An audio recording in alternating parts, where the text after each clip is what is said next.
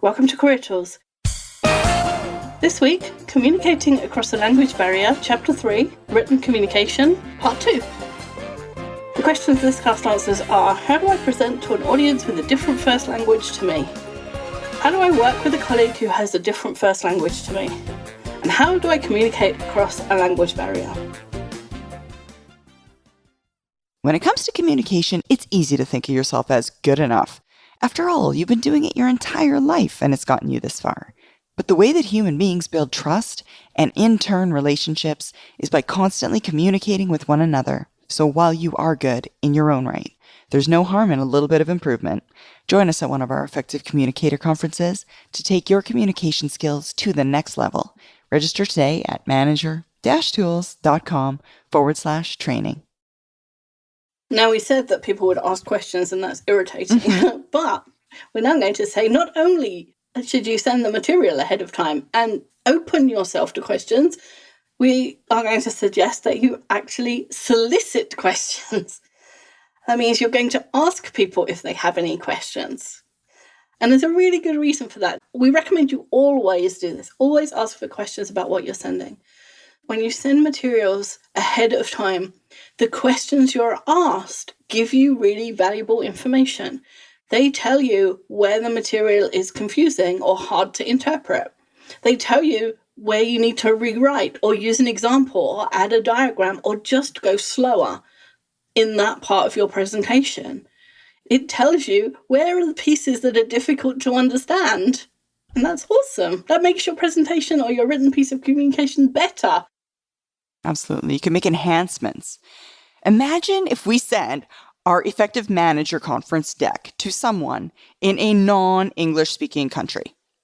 The third page of that deck has the words, the title, The Management Trinity -4 Behaviors. Now, the Merriam-Webster Dictionary definition of a trinity is a group of 3 closely related persons or things. Now, that's confusing for English speakers, the fact that there are 4 parts in our trinity.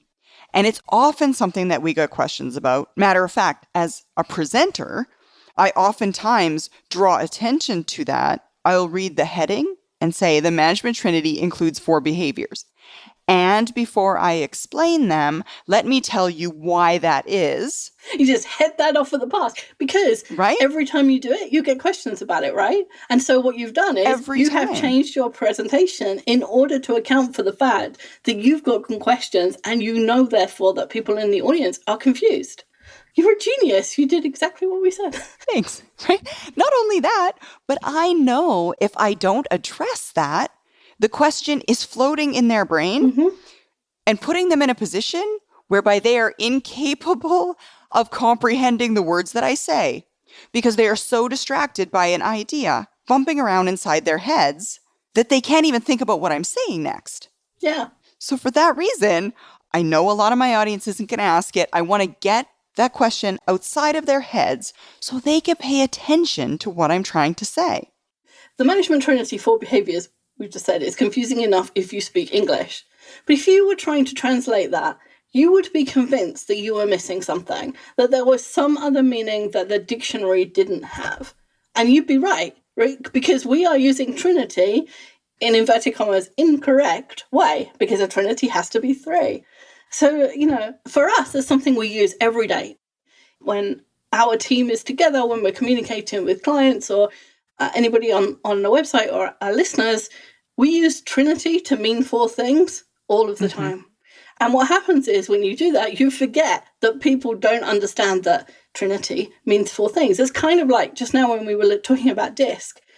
We often refer to high I, high S, high C, high D in podcasts and don't explain what DISC is or what these high things are. And then we get emails that say, what's a high I? And some people feel slighted or they feel that we've made them feel stupid because we haven't explained, which is kind of fair enough. But we're so used to using it amongst ourselves that sometimes we forget to explain. And so this is a good lesson for anybody who's communicating, irrespective of the language of the people that they're communicating to. If there's something that means something specific in your company, in your department, in your team, and you're communicating to people outside of that area, and the thing that means something specific doesn't mean that in the outside world, then you have to explain it. It reminds me of Starbucks. The first time I ever went in a Starbucks with my mum, and I'd been in a few before I'd kind of got the hang of the fact that there's a tall and a grande and a venti. Yeah. Right. And she was like, I just want an ordinary coffee. And so I had to say to the lady, and then I said, how big do you want it? And she said, a small. So then I say, Tall pike, please. yeah, a tall drip with milk. And my mother looks at me like, you're talking a foreign language. Like, I asked for a small ordinary coffee. Why? Yeah. She's like, what are you ordering me? I don't want to eat that. That's not good. I never said tall anything. No, Mum. But Starbucks translation of small is tall. And those places where words mean something other than what they mean happen all the time. And we have to just be cognizant of who we're communicating with and whether or not they'll understand those things. In Starbucks, they often used to, I haven't seen it in a while, they often used to have the cups, like empty cups, just like 1, 2, 3 on the counter. And they would have written on them tall, grande, venti, so that when people went in for the first time or the first few times, they could point to them and say, which size do you want? And that would teach people the jargon of Starbucks. So as not to explain every time what the cup sizes are. Exactly. Can you imagine being in Starbucks and everybody comes in as a small and you say, you mean a tall? It's so frustrating. So there are examples of this in our own language and the way we get used to things being done in certain ways in certain places.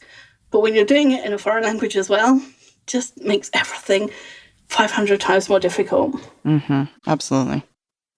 Ask about previous experience is the next piece. Is there anyone who's been communicating with similar groups of people in the past? This is yet another benefit of having a large network. Find someone who's got experience communicating in the way that you're going to communicate. Is there another manager who has an outsourced team in India that can help you and your team with communicating to a group of people that you yourselves may not communicate to often? Is there another procurement professional that could help you with your Chinese suppliers? Is there another executive who's given presentations to potential customers in Germany?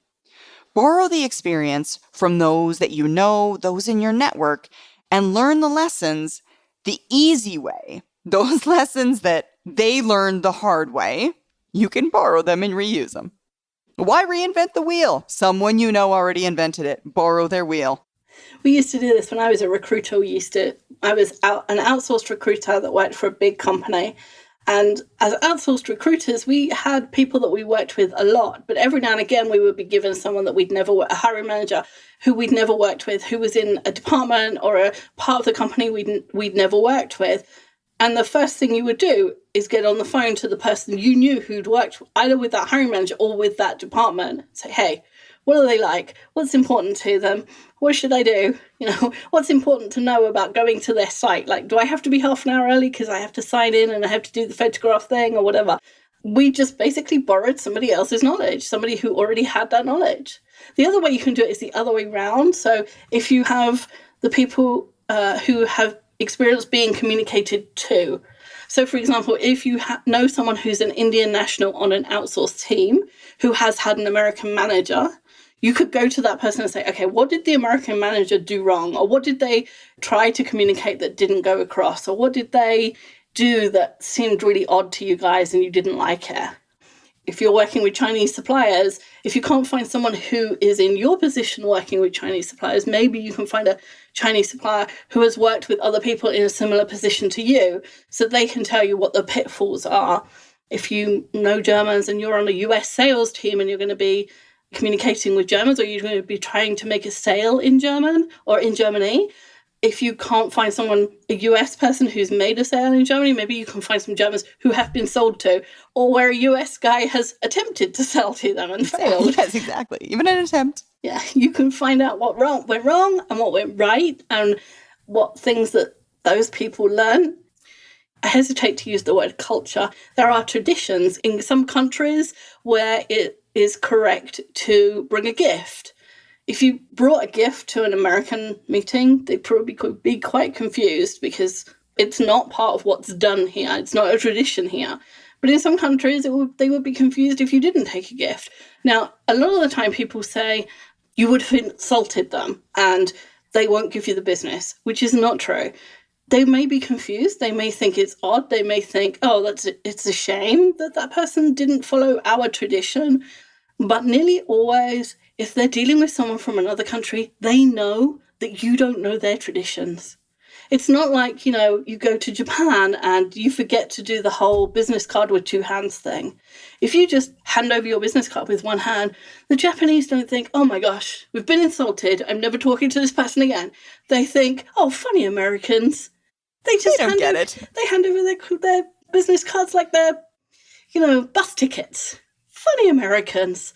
And they carry on working with you. Mm-hmm. So forgive you. Exactly. It's good if you can escape a pitfall by communicating with people, by talking to people ahead of time and finding out what that pitfall is. But if you get it wrong, it's usually not the end of the world. So that was a bit of an aside, but it's one of my soapboxes. It's a great point, though, because think of it the other way. When people from different cultures come here and misstep, we don't hold that against them.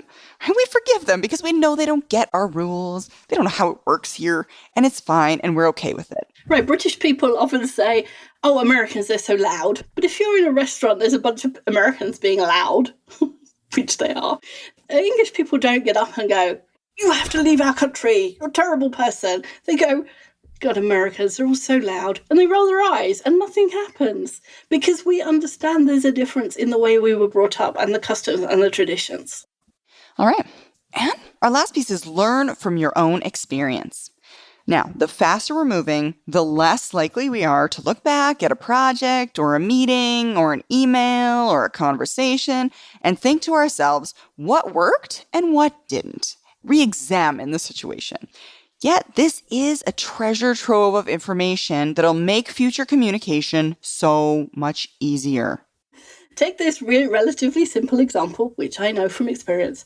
Americans write the date. They use the format month, day, year. So they would, where are we, the 4th of August? So the 4th of August would be MM, so it's 08 for the 2 letters of the month, DD 04 for the numbers of the date. Oh, is it the 3rd? 3rd. 03. Yeah, but this won't go out on the 3rd anyway, so. For the date. And then 18 for YY for the year. So you get 08, 03, 18. But when Europeans write it, they write DDMMYY. So the DD, the 03, comes first, then the month, 08, and then 18 comes at the end, the same. So when an American says the due date for a task is 3/5, they mean the 5th of March, right? The first bit is the month and the second bit is the date. A European, if they see 3/5, they think it's the 3rd of May. The 3 is the day and the 5 is the month. And that's a really big difference if that's a due date for delivery between the 3rd of May and the 5th of March. It's a really big problem. That's the thing. Even if both of the correspondents know that there's a different way in the way the dates are done. So for example, like Wendy and myself, who both do it the European way, working with people here at Manager Tools who do it the American way. So if an American colleague of ours writes 3/5, did they write it in the American way because that's natural for them?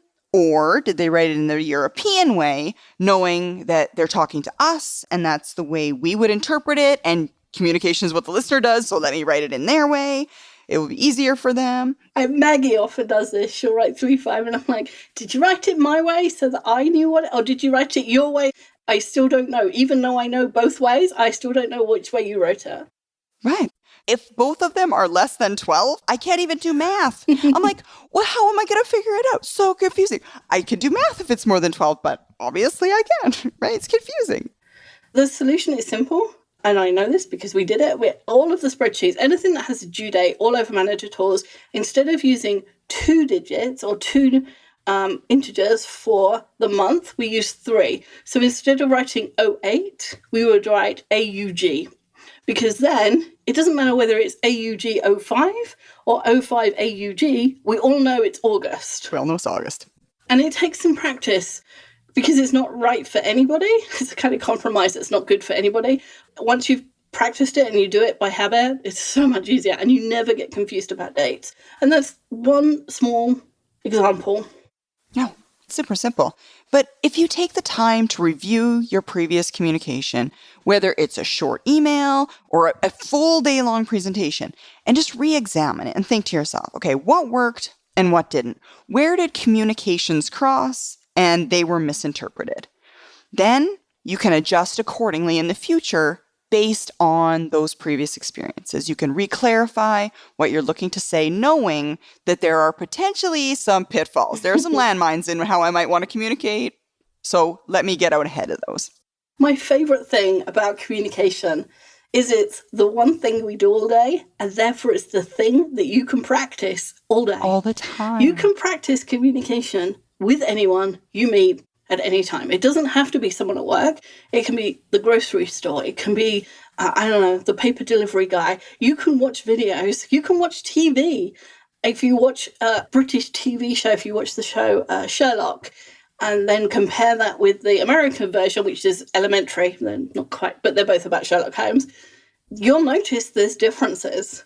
And those are differences in lots of different areas, but one of them is communication. And you can watch both those shows and enjoy both of them and see where there's differences in the way that Americans and British people describe things.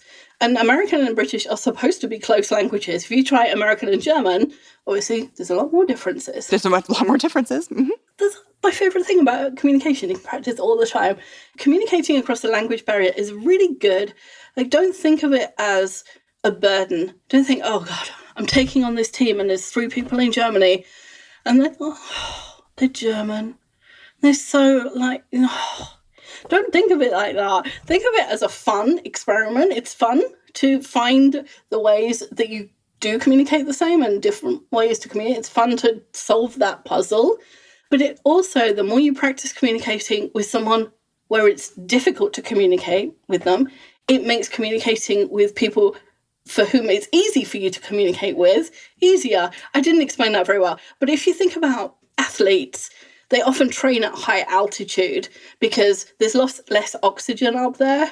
And so it's harder for them to train. And then when they come to the race, they come down to sea level. It's really easy. And so they run faster. And communicating with people in a different language is kind of like that. It makes communication a lot harder, but it stretches all those muscles and it makes you better at communicating when it's your own language. It's a really good opportunity. And I'm not often the rah-rah person, but I am here. Okay, that's communication. Thanks, Sarah. Thank you, Wendy. Hey, everyone. Kate here. The latest update to the Manager Tools app includes the ability to track coaching and delegation with Roadmap. So if you're a licensed member, you can access Roadmap through the Manager Tools application. And now that app will track all of your Trinity behaviors, including coaching and delegation. Figure out who to coach and on what using Roadmap. It'll even walk you through the steps and help you to set goals and deliverables around coaching. You can also add photos of your notes to each coaching instance to keep track of your handwritten one-on-one notes for that particular coaching scenario. Use Roadmap to decide the who, what, and how of delegating to your team members, all within the recommended timeframes for Trinity rollout. We'll remind you when and how. It's like having the Trinity in your pocket. That's all for this week. We'll be back next week.